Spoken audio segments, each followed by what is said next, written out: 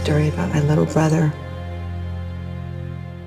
When he was a kid, I always knew him from the sound of the jingle of change in his pockets. I knew I would never lose him on our countless trips to the Museum of Natural History because I could hear him all the way on the other side of the blue whale, which was his favorite exhibit.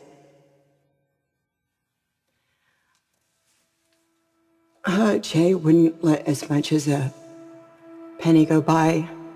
And at the beginning of the day, his pants would sag with the weight of all the change in his pockets.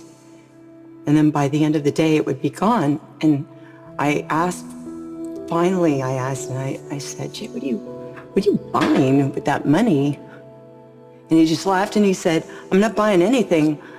I'm giving the money away. And he was giving all of his money away. He was giving it to the guy who didn't have a home, who would camp out on the street on our corner. And he'd give it to all the musicians in the subway. He would just take handfuls of coins and he would just throw it in their jar.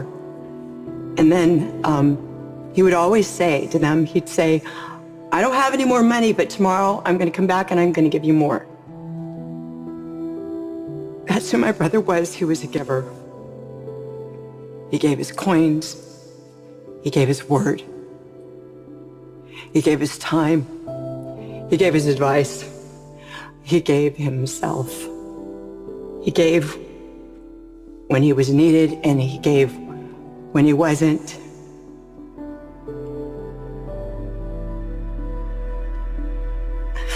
Finally, in the end, he gave his life.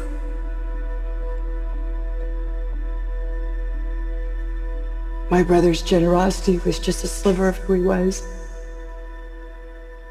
He was so many beautiful things. He touched so many people's lives.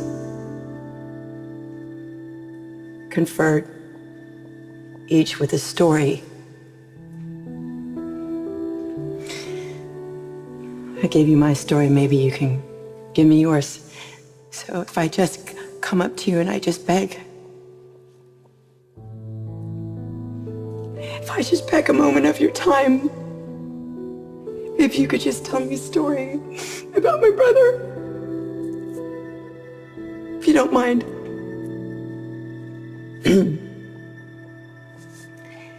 He was a man of actions, not words. Maybe there's something that we could do. We could just give anything to anyone in need. And I think that's the way that you would keep my brother's soul alive in you.